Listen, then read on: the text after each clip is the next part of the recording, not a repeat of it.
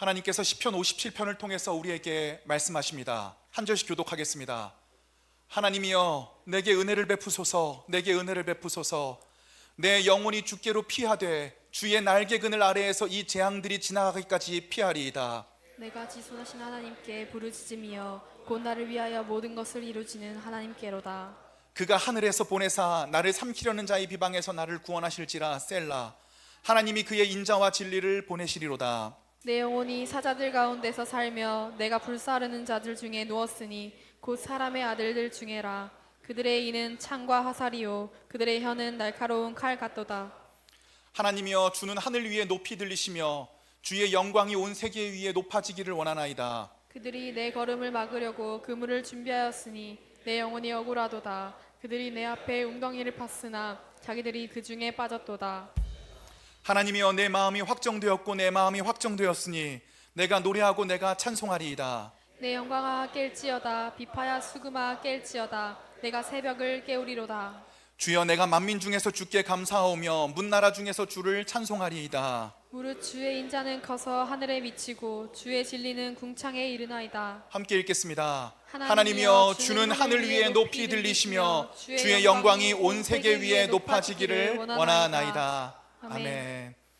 작석하겠습니다. 우리 일주일 동안 힘든 일정을 마치고 교회나 우리 옆에 계신 성도분들께 참 고생했습니다 하고 악수하고 함께 인사하도록 하겠습니다. 고생 많았습니다. 고생 많았어요. 네. 고생 많았습니다. 한 번만 더 인사할게요. 그래도 하나님이 당신을 사랑하십니다. 그래도 하나님이 당신을 사랑하십니다. 감사합니다. 광고 몇 가지 드리겠습니다.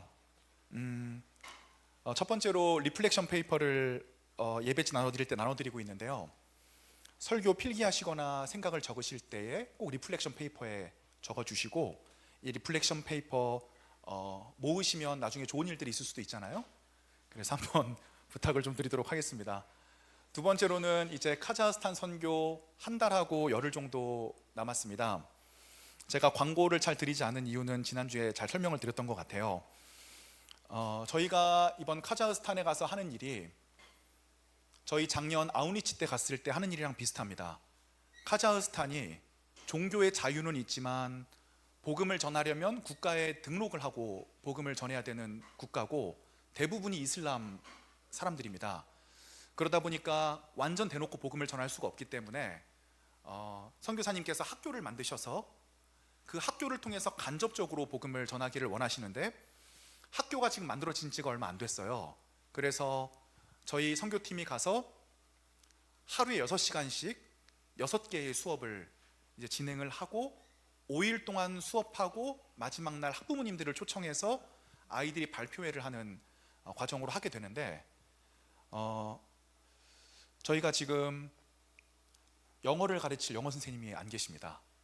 그래서 혹시 한번 생각이 없으시더라도 기도 한번 해보시고, 내가 영어 능력자다, 회화가 된다 생각해보시고 나다 싶으면은 빠르게 저한테 연락을 주시면 감사하겠고요. 또 K-팝을 엄청 좋아한대요. 다행히 저희 팀에 현대무용 전공한 전민혁 청년이 있어서 그 안심이 너무 되는데, 문제는 6시간 동안 춤 수업을 해야 돼요. 그래서 전민혁 청년 지금 순교하고 올 수도 있거든요.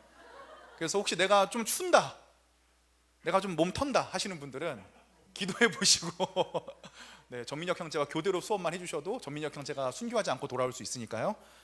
네, 좀 잘 부탁드리도록 하겠습니다. 잠깐 눈을 감고 손을 얹겠습니다. 우리 성령님을 인정하며 함께 선언하겠습니다. 내가 성령님을 인정합니다. 성령께서 나와 동행하십니다. 성령을 볼 수 있는 눈을 허락해 주십시오. 나의 아픈 마음을 성령께서 이끌어 주십시오. 예수님의 이름으로 기도드립니다.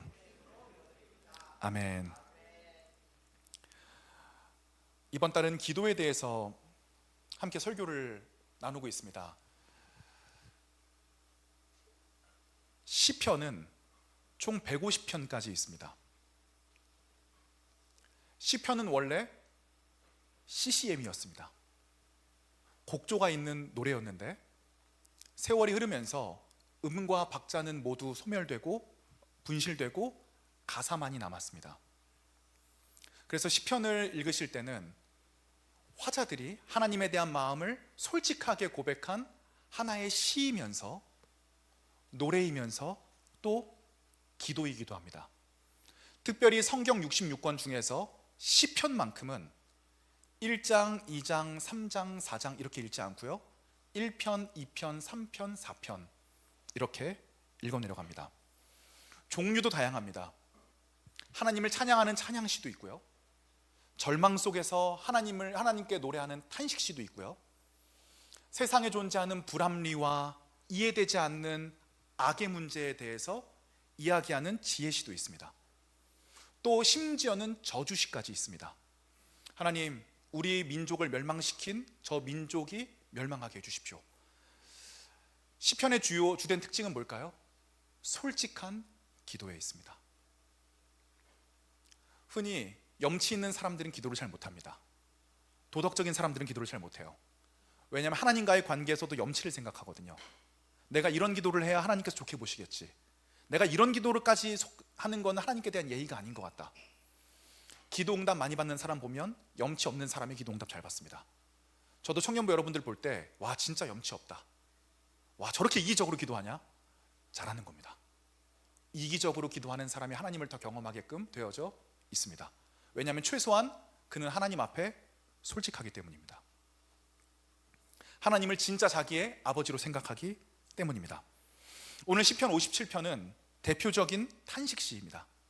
상황이 너무나 어려워서 탄식할 수밖에 없는, 아픔을 고백할 수밖에 없는 그런 시입니다. 오늘 시편 57편 1절 위에 보면 제목을 달아놨는데요, 다윗이 사울을 피하여 굴에 있을 때 지은 시입니다. 사무엘상하 우리 옛날에 읽었던 기억나시죠?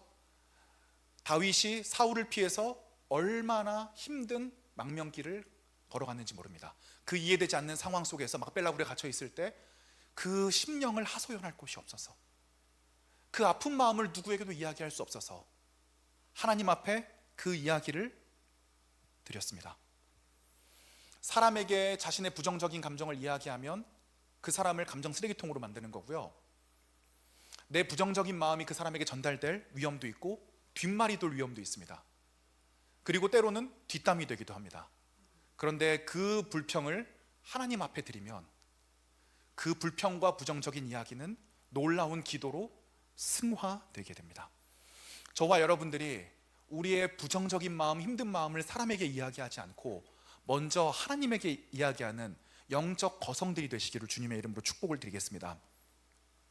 그러면 오늘 1절부터 좀 한번 자세히 보겠습니다. 하나님이여 내게 은혜를 베푸소서, 내게 은혜를 베푸소서. 내 영혼이 주께로 피하되 주의 날개 그늘 아래에서 이 재앙들이 지나기까지 피하리이다. 월요일날 설교 준비 시작하고 이 1절 읽으면서 이 1절이 정말 사무치게 제 마음 가운데 다가와서 다른 구절들도 묵상을 해야 되는데 일주일 동안 시편 57편 1절을 얼마나 많이 읽었는지 모르겠습니다. 다윗이 사람과 환경을 의지할 수 없어서 하나님 앞에 이렇게 기도합니다. 하나님, 은혜를 베풀어 주십시오. 제발 은혜를 베풀어 주십시오. 이 심정이 느껴지세요?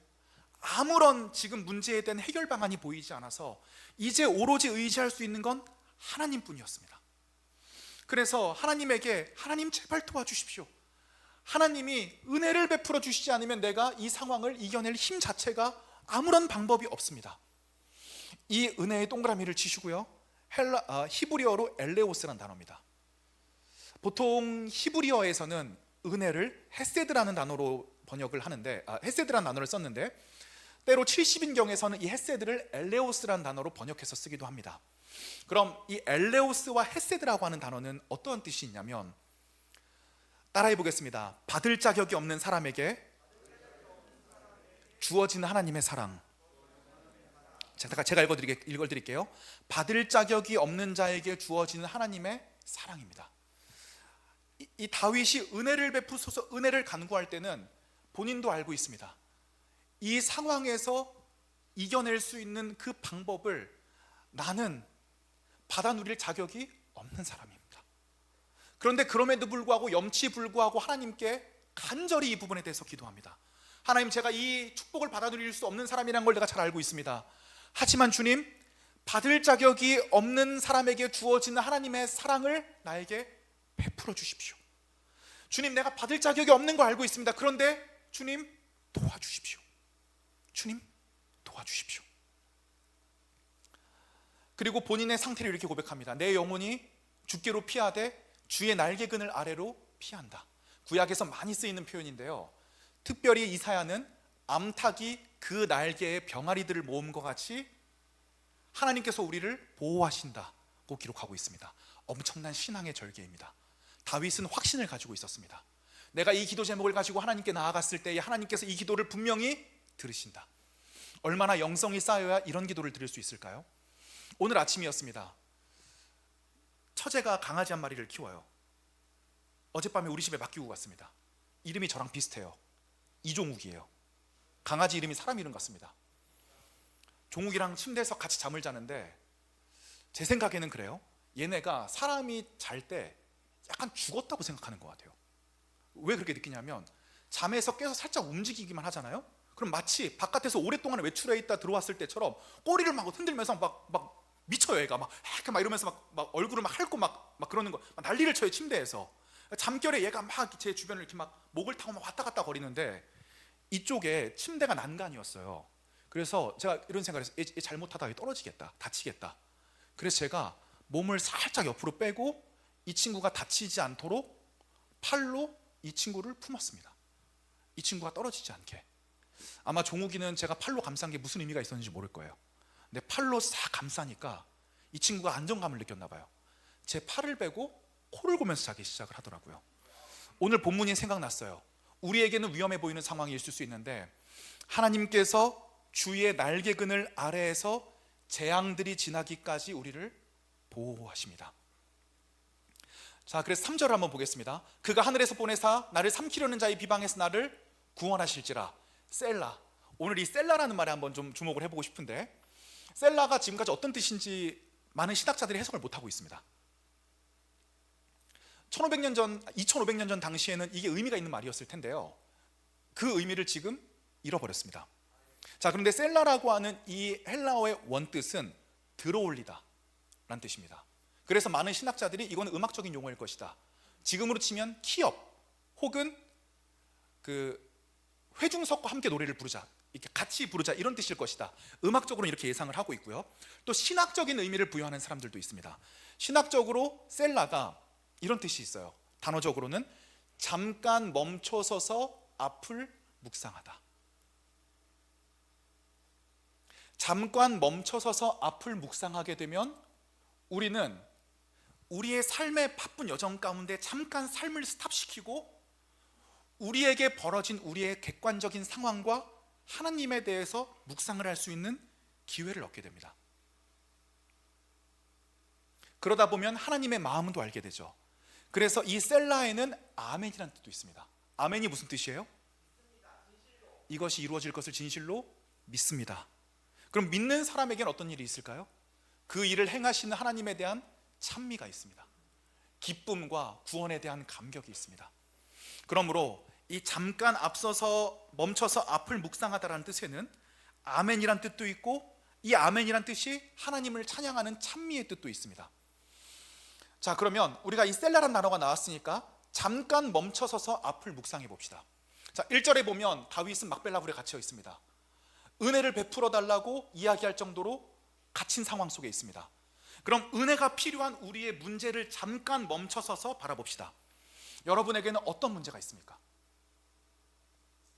빨리 리플렉션 페이퍼에 써주세요. 어떤 문제가 있습니까? 본문을 준비하면서 저도 묵상을 해봤습니다. 나의 삶 가운데는 어떤 문제가 있을까? 3가지의 큰 문제가 있더라고요.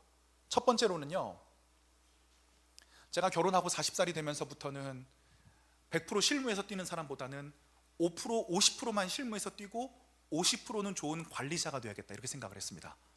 40대가 되니까 체력 예전 같지 않아서 예전처럼은 도저히 실무에서 못 뛰겠구나. 그럼 난 앞으로 쇠퇴하겠구나. 실무에서 뛸 것만 집중하면 쇠퇴하겠구나. 다른 방법이 없을까? 지금까지의 경험을 가지고 사람들에게 리더십을 전수하고 리더로 키워낼 수 있는 좋은 실무자가 좋은 관리자가 되어야겠다. 좋은 리더가 되어야겠다. 40대니까 제가 완전히 좋은 리더는 못 될 것 같아요. 한 50대쯤은 돼야 되지 않겠습니까? 그러면은 반쯤은 좋은 관리자가 되고 반쯤은 좋은 실무자가 돼야겠다.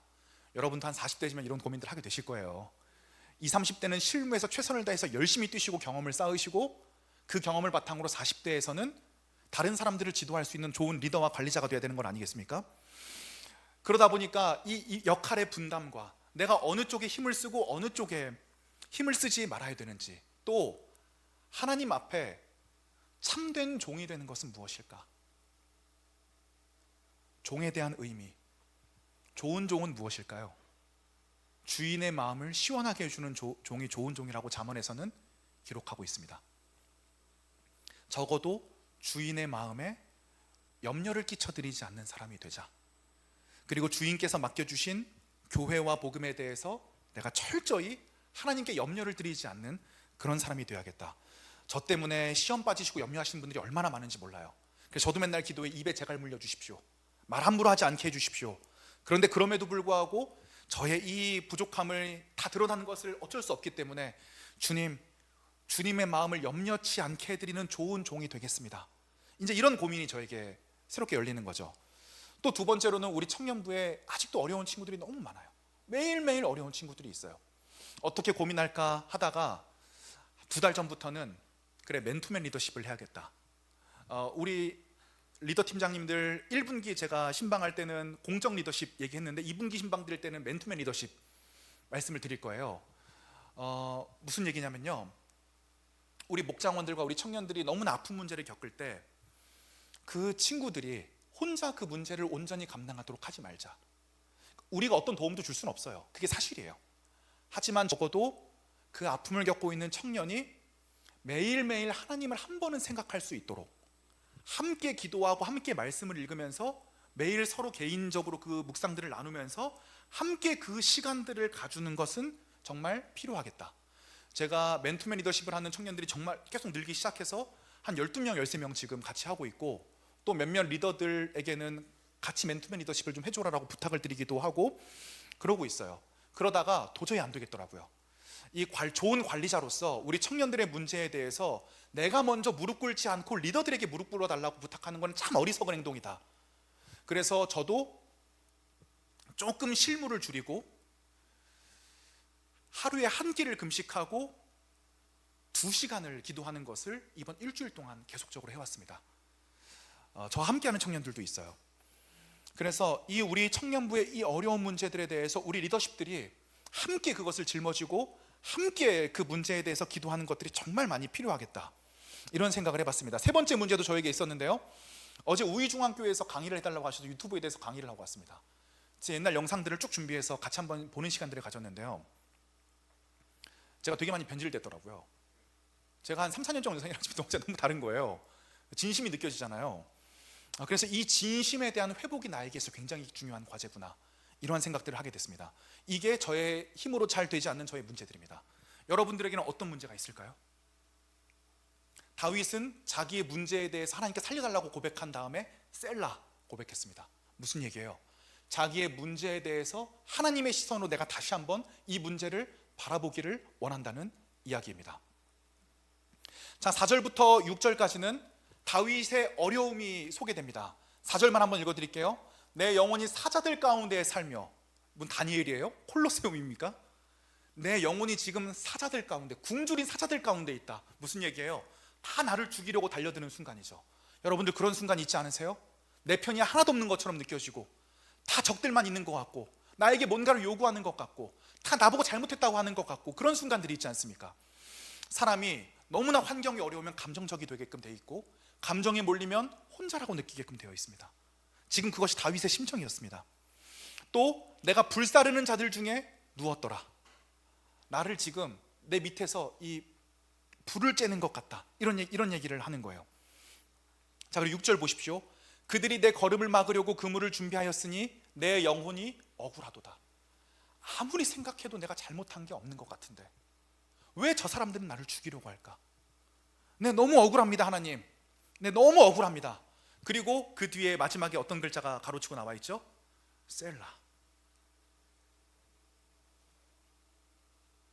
기독교인의 놀라운 영성입니다. 다윗은 억울했어요. 다윗이 쫓기는 것에 다윗의 잘못은 없었습니다. 다윗이 쫓기는 이유는 그가 왕이 될 거라고 예언한 사무엘과 그에게 기름을 부으신 하나님 때문이었습니다. 다윗은 지금 이 순간에 지분이 없었습니다. 자기가 잘못한 일이 없었습니다. 그런데 그럼에도 불구하고 다윗은 셀라, 잘못한 것이 없지만 나의 삶에 다시 한번 내가 이 상황에서 하나님 앞에 어떻게 해야 되는지를 지켜보기를 원한다. 이것이 성경에서 우리에게 말하고 있는 놀라운 영성입니다. 우리의 잘못이 아닌 잘못들로 우리가 공경에 처할 때가 많이 있습니다. 그런데 사랑하는 청년 여러분, 우리가 그때에 억울하다고만 고백하지 말고, 억울하다고 고백하지만 그럼에도 불구하고 셀라, 하나님, 이 억울한 순간에 주님께서 나에게 원하시는 것이 무엇입니까? 나 때문에 벌어진 일은 아니지만 내가 능동적으로 이 상황 속에서 어떠한 역할을 취하겠습니까? 라고 우리의 삶을 돌아보는 것이 필요합니다. 첫 번째 슬라이드를 보여주십시오.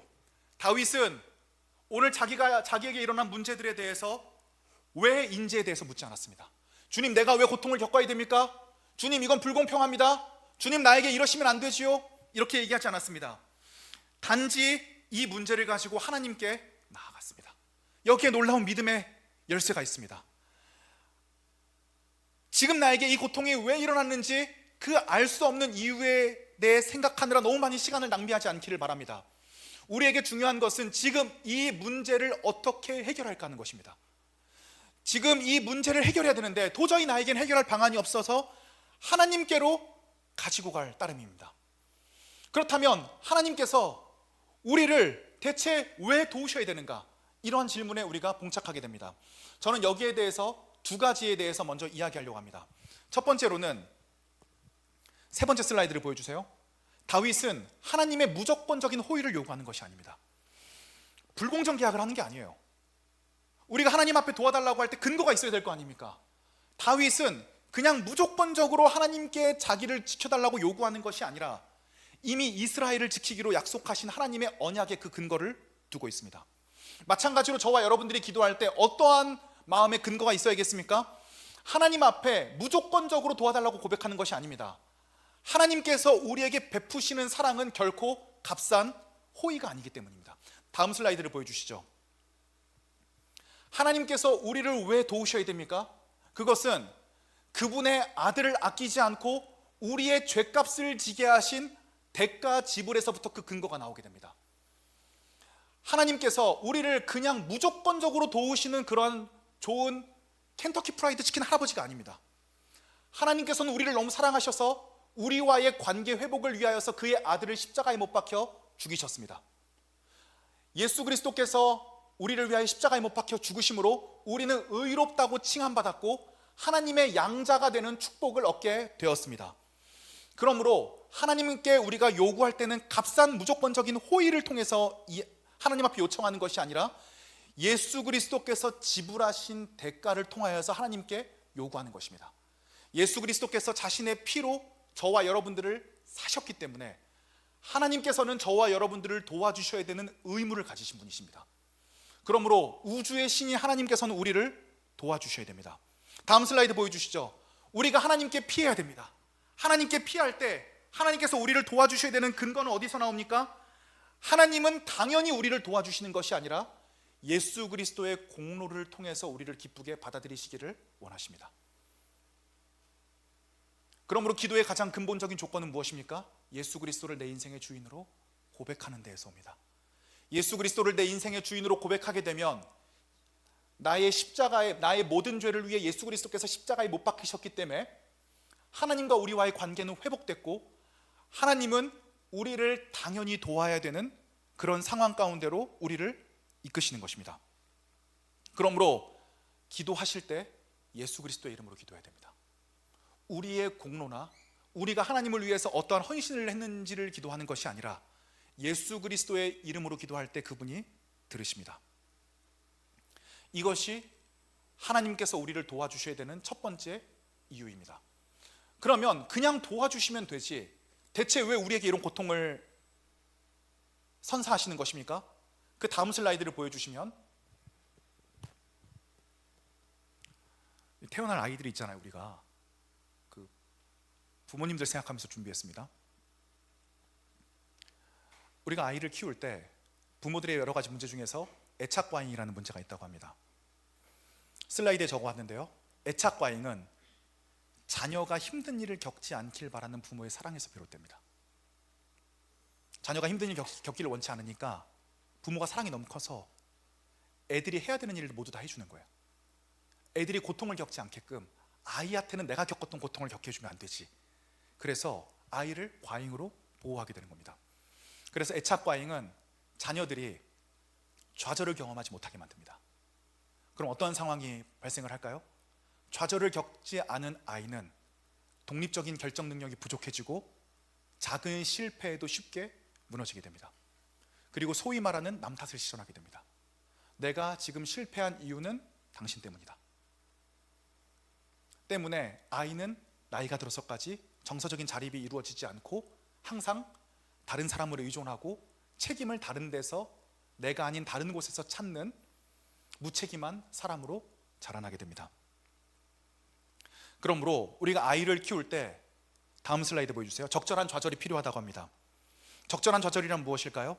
아이가 자기 힘으로 부딪히고 견뎌낼 수 있도록, 아이가 견뎌낼 수 있는 수준의 실패와 실망을 겪게 하도록 내어버려 두는 겁니다. 야고보서에서도 이렇게 기록하고 있습니다. 하나님께서는 감당하지 못할 시험당함을 허락하지 아니하시고 시험 당할 즈음에 다른 길을 내사 우리로 능히 감당하게 하시느니라. 하나님께서는 하나님의 자녀들에게 그 사람에게 맞는 절망과 좌절을 겪게 하심으로써 그 아이가 하나님을 붙들 수 있는 독립적인 사람, 이 문제 속에서 적극적인 사람으로 우리를 키워내시기를 원하신다는 것입니다. 그러므로 부모는 이런 행동을 해야 된다고 해요. 자녀가 스스로 기도하고 결정을 내릴 수 있는 상황을 만들어줘야 되고, 이게 리더십이잖아요. 부모도 리더십이 있어야 되더라고요. 우리 리더 팀장님들 리더십 우리 훈련 열심히 해요. 이 리더 훈련하는 거랑 이게 부모가 돼서 자식 기르는 거랑 똑같나 봐요. 그래서 이 아이가 좌절을 겪도록 하되 끝까지 옆에서 함께 있어주는 거예요. 그리고 너는 할 수 있어, 너는 가능할 거야, 너는 그 어려움을 이길 수 있다, 이런 태도로 주변을 지켜줘야 된다는 거죠. 그래서 우리가 하나님의 애착에 대해서 한번 제가 써봤어요. 하나님께서 우리에게 이런 애착 가지고 계실 것 같아요. 하나님께서는 우리에게 좌절과 고난을 경험하게 하십니다. 왜냐하면 우리를 너무 사랑하시기 때문입니다. 우리가 하나님의 일을 수행할 수 있도록 우리의 능력치를 성장시키시기 위해서 하나님은 우리에게 좌절과 고난을 경험케 하십니다. 그리고 하나님을 붙들고 이 좌절과 경험을 견뎌내는 동안에 우리의 믿음이 하나님 앞에 뿌리 깊게 내리게 되고, 때문에 교회는 성도의 좌절을 허용해야 됩니다. 좌절한 청년들의 마음을 들어줘야 되되 계속적으로 그 옆을 지켜주어야 되는 그러한 일들을 교회가 해주어야 되는 것입니다. 우리 안에 좌절한 청년들이 있을 때에, 좌절한 목장원들이 있을 때에 그의 이야기를 들어주기를 원합니다. 그에게 때로는 답도 내려주기를 원해요. 그를 리더십으로 이끌어주기를 원합니다. 하지만 가장 중요한 건 우리가 그들 곁에 계속적으로 있어 주어야 됩니다. 뒤틀리고 잘못됐고 잘못된 인식을 가진 우리들 안에 하나님의 사랑이 뿌리내릴 수 있을 때까지 우리가 옆에서 그들을 맨투맨으로 케어하고 그들과 함께 그 길을 가는 과정들이 우리 가운데 필요한 것입니다. 오늘 본문 7절 말씀을 보여주십시오. 다윗은 자기의 객관적인 상황에 대해서 계속적으로 기도하기 시작했습니다. 자기의 어려운 상황에 대해서도, 마음에 대해서도 계속적으로 기도하기 시작했습니다. 그 기도의 결과 어떻게 되었는지 아세요? 하나님의 마음이 다윗의 마음으로 부어졌습니다. 7절에서 이렇게 얘기합니다. 주님, 내 마음이 확정되었습니다. 내 마음이 확정되었습니다. 어떻게 확정된 거예요? 하나님께서 나를 보호해 주시리라는 확신을 이 사람이 얻게 되었습니다. 우리가 기도하되 여기까지 기도해야 됩니다. 사랑하는 여러분, 우리의 문제 그대로 우리 가운데 있도록 우리가 허용해서는 안 됩니다. 문제가 있는 것은 이상한 게 아니되 그 문제를 하나님 앞에 가져가지 않는 것은 이상한 것입니다. 우리가 이 문제를 위해서 기도해야 됩니다. 기도하되 언제까지 기도해야 됩니까? 우리의 마음에 하나님께서 확정되는 감정을 주실 때까지 기도해야 됩니다. 이것이 기도의 놀라운 힘입니다. 문제는 아무것도 해결된 것이 없는데 하나님께서 우리의 마음을 확정하심으로 이 문제를 해결해 주신다고 하는 놀라운 능력을 우리가 얻게 됩니다. 이것은 기도로만 얻을 수 있는 놀라운 축복입니다. 제가 이번 일주일 동안 2시간씩 기도하지 않았어요? 어제 강의가 있었는데 처음에 6시 반까지 오라고 하더니 6시 반까지 맞춰서 갔는데 갑자기 문자 오더니 55분까지 와주실 수 있냐고 하시더라고요. 좀 뭔가 상황이 있나 봐요. 그래서 잘 됐다. 성신여대 베스킨라빈스 가서 아이스크림 먹으면서 기도해야겠다. 그래서 우리 또 아몬드 봉봉 2개를 이제 얹은 그 콘을 가지고 너무 신나잖아요. 기도하려니까 신나지 않아요, 여러분들? 자리로 가서 앉아서 아몬드 봉봉 한 입 먹고 기도하고 씹고 다시 한 입 먹고 기도하고. 그런데 제 안 깊숙한 곳에서부터 너무나 충만하고 아름다운 제 영혼에 울리는 하나님의 음성들이 내 영혼의 극히 깊은 데서 맑은 가락이 울려나네, 이런 마음을 근래 2, 3년 중에 처음 느꼈습니다. 그 놀라운 감정이 아니에요. 마음 깊숙한 곳에서 올라오는 그 놀라운 기쁨들, 영혼의 기쁨들, 하나님께서 오늘 강의를 책임지시겠구나라고 하는 데에서 오는 그 아름다운 하나님의 음성, 그 확신들, 하나님께서 해주시겠구나. 하나님 감사합니다. 내 마음이 확정되었구나. 오늘 본문처럼 되었구나. 강의를 잘했습니다. 그리고 집에 가서 잠을 잤는데 제가 몇 주 전에 그런 설교 드렸잖아요. 예수님 생각 24시간 할 때는 하용주 목사님이 종종 꿈에 나왔는데 안 나오신 지가 오래됐다고요. 제가 어젯밤에 꿈을 꿨어요. 제가 타임머신을 타고 12년 전으로 돌아갔어요. 15년 전으로 돌아갔어요.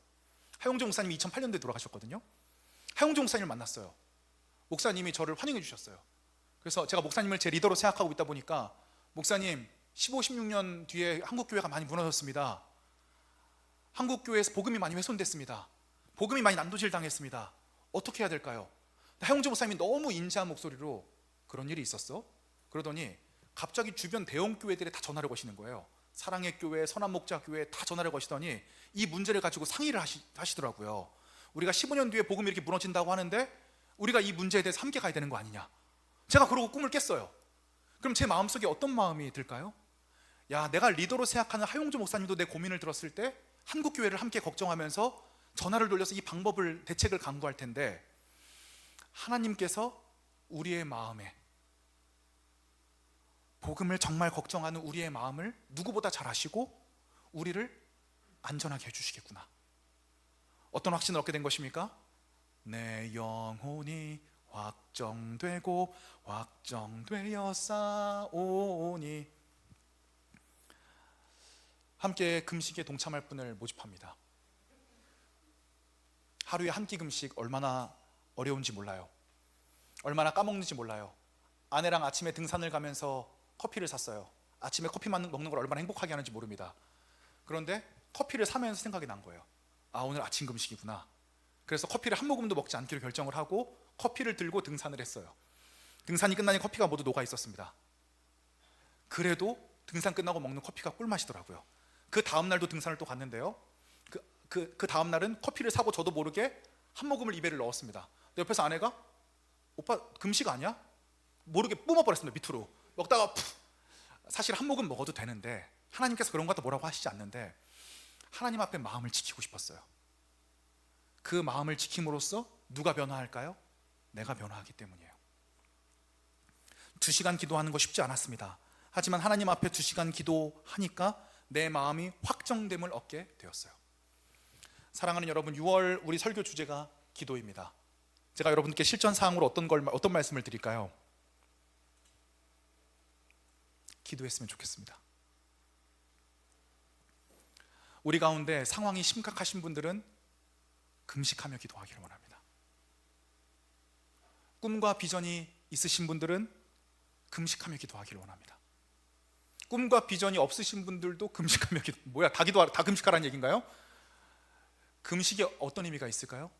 음식물을 끊음으로써 하나님밖에 내 구원자가 없으며 하나님께서 도와주시지 않으면 나는 방법이 없다는 내 마음의 표현입니다. 금식이 어려우신 분들이 있어요. 이해합니다. 그럼 그런 분들은 금식하지 마시고 이랬으면 좋겠어요. 직장 퇴근하시고요. 그거 경험 못 해봤어요? 오늘 직장 퇴근하고 1시간 내 개인 공부하는 그 느낌 알아요? 직장 퇴근하고 카페 가서 혼자 샌드위치 하나 시켜놓고, 샌드위치가 없는 분들 개인톡 주세요. 샌드위치 기프티콘으로 보내줄게요. 진짜요, 다 보내줄 수 있어요. 샌드위치 하나 시켜놓고 혼자 책을 펴서 그 오롯이 혼자만의 시간에 몰입하는 그 행복 알아요? 난 이번 달에 우리가 그거 한번 해봤으면 좋겠어요. 직장 끝나면 너무 힘들어서 그런 마음 안 생기는 거 내가 너무 잘 아는데, 그래도 이번 달만큼은 하나님 앞에 1시간을, 내 개인 공부도 좋고 성경을 읽는 것도 좋고 큐티하는 것도 좋고 한데, 끝나고 1시간을 딱 구별해서 그 시간 동안 오롯이 핸드폰 내려놓고 나와 하나님과의 관계에만 한번 집중을 해보는 거예요. 그 행복했던 순간들이 있었는데 우리가 다 그거 많이 잊어버렸죠. 그렇게 우리가 오롯이 하나님 앞에 한번 집중해 보는 거예요. 어려우면 목장끼리 서로 피드백하면서 해도 좋을 것 같고요.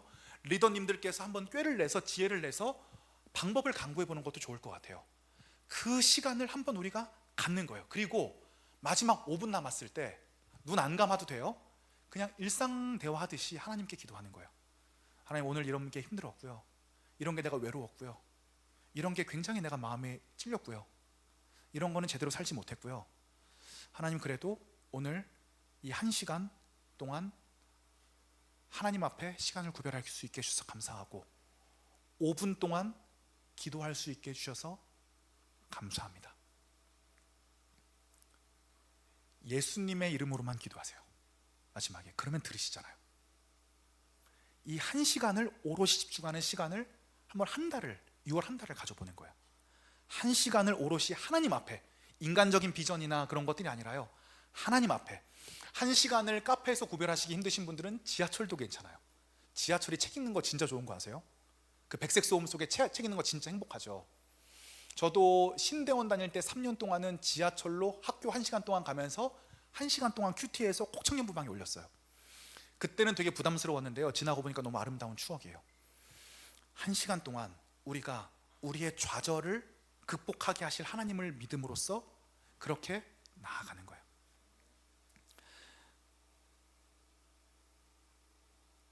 1시간 동안 공부 안 될 때는 영화 보셨으면 좋겠어요. 대부분 사회초년생들 많으시니까 제가 영화 추천해 드릴게요. 제가 20대 중후반에 어려울 때 제일 많이 봤던 영화 있어요. 악마는 프라다를 입는다. 그 영화 지루하시면 꼭 보세요. 내일부터 카페 가서 영화로 시작하시면 안 돼요.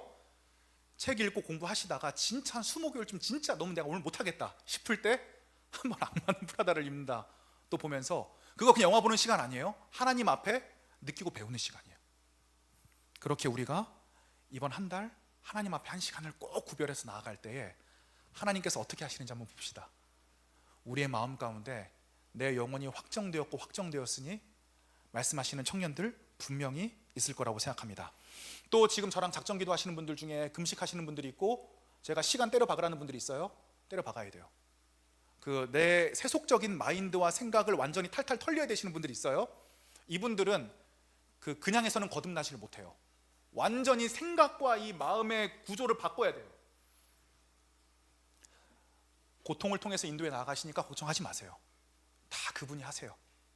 그런데 우리가 그걸 인식해야 됩니다. 아, 지금 털려고 하시는구나. 탈탈 새로운 곳을 위해서. 그 놀라운 아픔의 순간이 우리에게 예정의 순간이 되고 미래의 순간이 되기를 원합니다. 마지막 슬라이드 보여주세요. 우리가 기도하기 어려운 이유가 뭘까요? 기도를 행위가 없는 거라고 생각하기 때문입니다. 당장 대안을 내고 빠르게 행동해야 되는데 이 행동 부재에서 내가 무엇하는가 생각하기 때문입니다. 기도는 행동 부재가 아니라요, 하나님에 대한 적극적인 신뢰의 행위입니다. 그분께서 우리 가운데 하신 일을 볼 때 우리가 우리 기도에 대한 놀라운 확신을 다시 한번 얻기를 원하고, 사랑하는 여러분, 주님께서 우리와 함께 계십니다. 당신의 모든 아픔을 통해서 일하실 우리 주님께 영광의 박수 함께 돌리도록 하겠습니다. 모든 상황 속에서 함께 찬양하면서 우리의 마음을 주님 앞에 드립시다.